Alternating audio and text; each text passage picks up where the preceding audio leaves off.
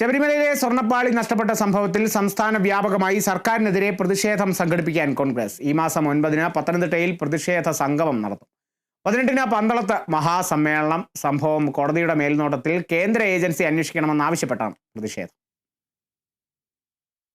സ്വർണ്ണപ്പാളി വിഷയം ആളിക്കത്തിക്കാനാണ് കോൺഗ്രസ് തീരുമാനം. സംസ്ഥാന വ്യാപകമായി പ്രതിഷേധം സംഘടിപ്പിക്കാനാണ് തീരുമാനം. അതിന്റെ ഭാഗമായി 4 മേഖലാജാഥകളും പന്തളത്ത് മഹാസമ്മേളനവും നടത്തും. 9-ന് പത്തനംതിട്ടയിൽ നടത്തുന്ന പ്രതിഷേധ സംഗമം കെ.സി. വേണുഗോപാൽ ഉദ്ഘാടനം ചെയ്യും. തിരുവനന്തപുരം, മൂവാറ്റുപുഴ, പാലക്കാട്, കാസർഗോഡ് എന്നിവിടങ്ങളിലാണ് മേഖലാജാഥകൾ സംഘടിപ്പിക്കുന്നത്.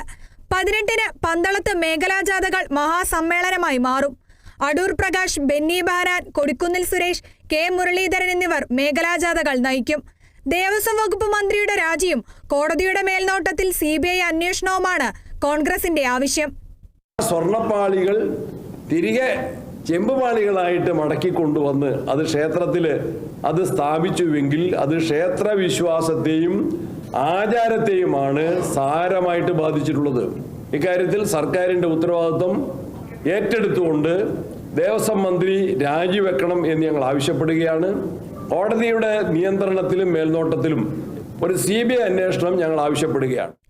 മുഖ്യമന്ത്രി കുറ്റവാളികൾക്കൊപ്പം നിന്ന് അവരെ സംരക്ഷിക്കുന്നുവെന്ന് KPCC പ്രസിഡന്റ് വിമർശിച്ചു. മുഖ്യമന്ത്രിക്ക് ഒന്നും നിഷേധിക്കാനും കഴിയില്ല. കോടതി വിധി മുഖ്യമന്ത്രി ഒരു തവണ വായിച്ചു നോക്കിയിട്ടുണ്ടെങ്കിൽ മുഖ്യമന്ത്രി തന്റെ മന്ത്രിസഭയിലുള്ള ഉത്തരവാദികളെ ആ സ്ഥാനത്തിരുത്തിക്കൊണ്ട് മുഖ്യമന്ത്രിക്ക് എന്ത് ന്യായീകരണം പറയാൻ സാധിക്കും? അദ്ദേഹം ഇതിന് കുറ്റവാളികളുടെ ഭാഗത്ത് നിൽക്കുകയാണ്, കുറ്റവാളികളെ സംരക്ഷിക്കുകയാണ്. കൂട്ടുത്തരവാദിത്വത്തിന് അദ്ദേഹം കൂടി ബാധ്യസ്ഥരാണ്. തദ്ദേശ തെരഞ്ഞെടുപ്പ് അടുത്തിരിക്കുന്ന സമയത്ത് സർക്കാരിനെതിരെ ഉയർത്താൻ കഴിയുന്ന ശക്തമായ ആയുധമാണ് കോൺഗ്രസിന്റെ സ്വർണ്ണപ്പാളി വിഷയം. സംഭവത്തിൽ കൃത്യമായി പ്രതികരിക്കാത്ത വകുപ്പും മറുപടി നൽകാത്ത മുഖ്യമന്ത്രിയുമാണ് ആ ആയുധത്തിന് മൂർച്ച കൂട്ടുന്നത്.